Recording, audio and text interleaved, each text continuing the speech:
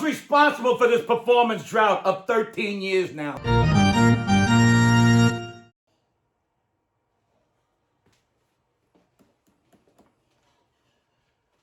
Good afternoon, ladies and gentlemen of the press. This will be my season-ending press conference, and I'm about to say what I feel I need to say.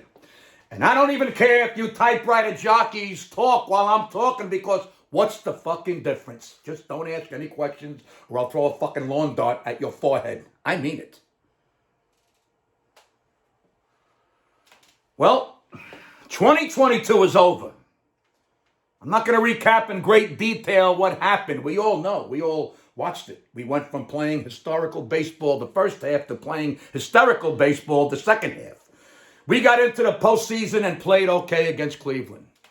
But then we played like walking dead zombies. I mean, like striking out zombies against our now nemesis, Houston. Again. You know, there's a difference between making love to a blow-up doll and making love to Marilyn Monroe. Gabish? Good. When you have to perform with the real deal, there's a shitload more pressure. Houston turned out to be a bunch of Marilyn Monroes, and we turned into midget dicks who forgot to take our little blue pills. Print that! By the way, for Game 4, ticket prices went from $2.50 a seat to $20 a seat. The Yankees should have paid the fans $20 to sit in those seats. And even then, I don't even know if it was worth it, to be quite honest with you.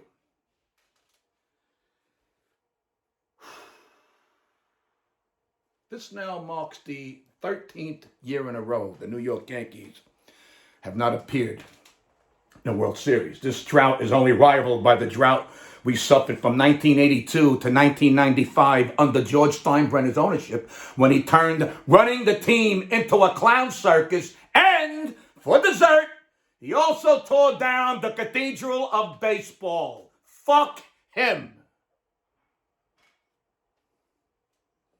And who's responsible for this performance drought of 13 years now? Let's put the players off to the side for 1 second. Over there. No, keep going. Put them over there. Over there. Cashman is the guy who assembles these teams. He brings them in and he sends them away. It's time to thank Cashman for his long term of service and bringing a fresh way to deal with this organization moving forward. Cashman is into analytics. I hate analytics. I despise analytics. I loathe analytics. I absolutely hate it. I don't need analytics to tell me how great Seaver or Koufax were, or how great Ruth and Williams were. And I don't need analytics to tell me who can do what on this team, or what players can do what, or who will be available this offseason. If you just change a letter here and there, the word analytics becomes anal idiots. And that's what people are who rely on that bullshit. And Jimmy Crackcorn and I don't give a fuck if that hurts your feelings. And I wish Bill James was never born. You anal fucking idiot cultists who suck on the teat of sabermetrics can go suck my war. Telling me someone is better than a fictional replacement living in fantasy land is a Momo whose teams will let Babe Ruth lead off. Print that too.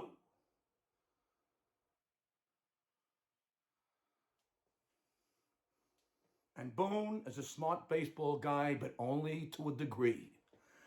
I hate his lineups and I hate his fucking bullpen management. It's that simple. I think it's time for fresh blood in the dugout too. You got to understand that the cemeteries are full of indispensable men. Every other team in baseball, every other team in the World Series did it without our players and our coaches and our front office.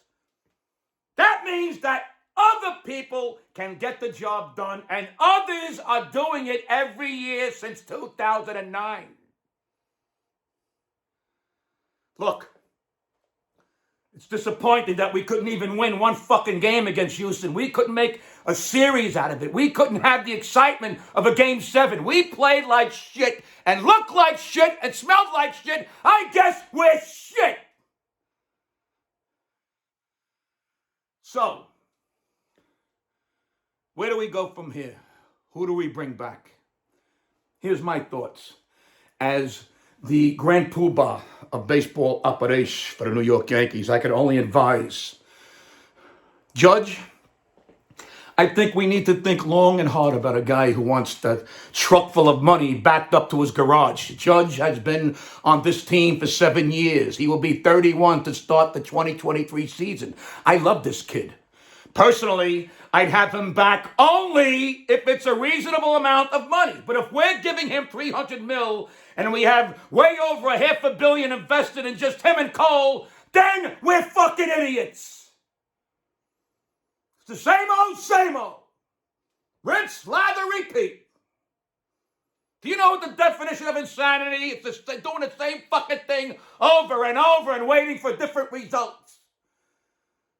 The only thing worse than change is no change.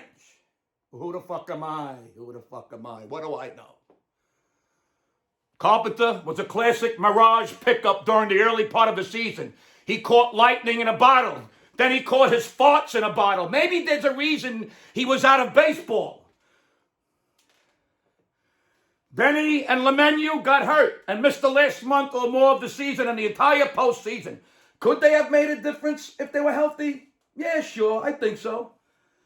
Tell me they will be healthy and I will want them back. Tell me this is now an Ellsbury situation and we need to run away fast and far. Falafel. As it turns out, he was pretty consistent at bat with speed and the ability to bunt, but his defense fell apart. Not sure what to do with Falafel. Higgy and Trevino. Combined, they played great defense and hit very well for a catcher position. 21, 89, and 240. That's not bad. It's like having a 39-year-old Johnny Bench behind the fucking plate. Cole, the ace. Sorry. He runs too hot and cold. Ace for 2 games, ace hole for 2 games. He's a pretty good number 2 if we had a real ace. But we paid him like $324 billion, and now we got to dance with the fucking girl we brung to the dance. Mind-boggling. Mind-boggling. Nestor and Sevy seemed like a solid 2 and 3, but for some reason it never works out like that. We have an ace who's a 2, and then 2 starters who are 4s, and then the rest of the staff are all replaceable. Rizzo, keep him. But we don't expect anything but exactly what he gave us this year. This is who he is now. You want 30, 75, and 210. Donaldson, oh boy, this guy is not a good clubhouse presence. He's just not. He flips his bat when he draws a walk and he swings like he's taking fencing lessons. Just say goodbye. Torres, look, I still love this kid, but he just isn't what he was in his rookie season. Not sure why we can't get him back to being that player. The young kids, Oswald and Oswaldo, hey, we have a nice dilemma because we're forced to see what some of our kids could do the last 2 months and in the postseason. They look like they have something to build on. We will keep evaluating them this winter and spring. Stanton, oh boy. Between him, Cole, and what we might pay Judge, there's $1 billion spent. He's another glorified home run hitter who's going to bat 210. He's Rizzo, except with alligator arms. The bullpen.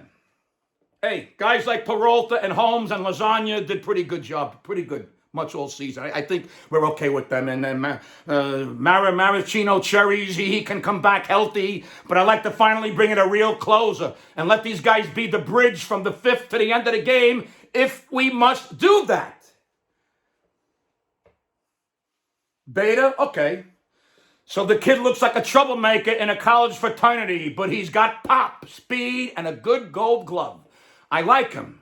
And I'm all for keeping him and working with him. And that's that. Look, I don't need to talk about anyone else or anything else. We all watched this year. We We saw a team go yo-yo from the top of the mountain to the bottom of Death Valley. We saw a team show some spunk against Cleveland and then get covered with spunk by Houston. This will be a long fucking winter, my press friends. We have a lot of work to do. And the first order of business is finding out who is going to be doing that work. Hopefully a decision will be made soon and we can get on with business of baseball in New York, Yankee land. Thanks for coming. I wish you all the best of luck. I hope you have a good news to report during this off season. Now scram before I hoof each one of you in the fucking front butt.